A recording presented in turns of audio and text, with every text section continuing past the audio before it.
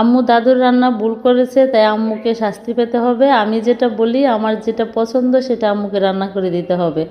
সেই জন্য ছেলের আবদারে আজকের এই রান্নাবান্না।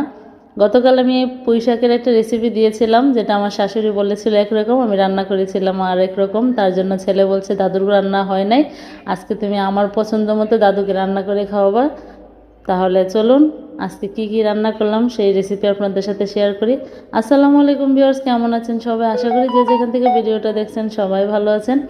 আজকে চিংড়ি দিয়ে ফ্রাইড রাইস রান্না করব, চিংড়ি চিকেন সব কিছু মিলিয়েই। আজকে রান্নাটাও ঠিক উল্টাপাল্টাই যেটা বলেন, কারণ আজকের রান্না জানি না কীরকম হয়েছে, তবে খাবারটা খুবই মজাদার এবং সুস্বাদু হয়েছিল। তার জন্য আগে থেকে আমি চালটাকে হাফ সিদ্ধ করে, অর্থাৎ 90% সিদ্ধ করে রেখে দিয়েছিলাম ফ্রিজে, যাতে ঝরঝরা হয়ে যায়।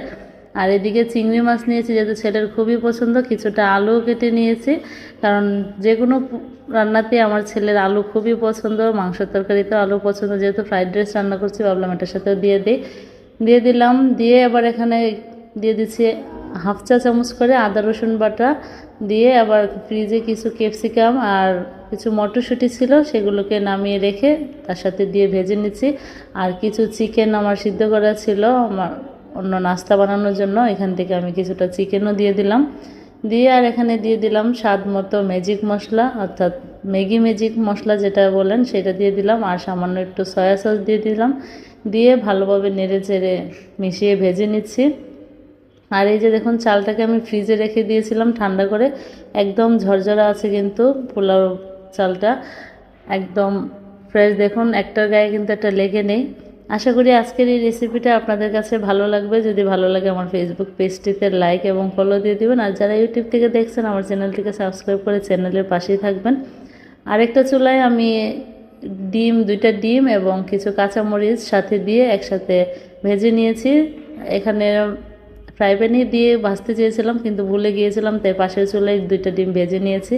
এখন দিয়ে দিচ্ছি 2 টেবিল চামচ পরিমাণ ঘি। আর ফ্রাইড রাইসের মধ্যে ঘিটা দিলে কিন্তু স্বাদটা দ্বিগুণ হয়ে যায়। আপনারা চাইলে আপনাদের পছন্দ মতো যে কোনো সবজি কিন্তু দিতে পারেন। আর শীতকালে ফ্রাইড রাইস খেতে কিন্তু দারুণ লাগে, যেহেতু হাতের কাছে পছন্দ সবগুলো সবজি পাওয়া যায়। যাই হোক, এভাবে নেড়ে চেড়ে আমি ফ্রাইড রাইসটা তৈরি করে নিলাম। দেখুন দেখতে কতটা সুন্দর এবং লোভনীয় হয়েছে আর ঝরঝরে হয়েছে। আর এই ফ্রাইড রাইসটা এতটাই মজা হয়েছিল কি আর বলবো, নিজের খাবারের প্রশংসা নিজেই করছি। আপনারা একবার তৈরি করে দেখবেন। আর এখানে আমার কিছু চিকেন আমি ফ্রোজেন করে রেখেছিলাম চিকেন ফ্রাই করার জন্য, চিকেনগুলোকেও ফ্রাই করে নিচ্ছি, যেহেতু ছিল আর নতুন করে আমি তৈরি করি নেই, ফ্রোজেনটাকে ভেজে দিচ্ছি।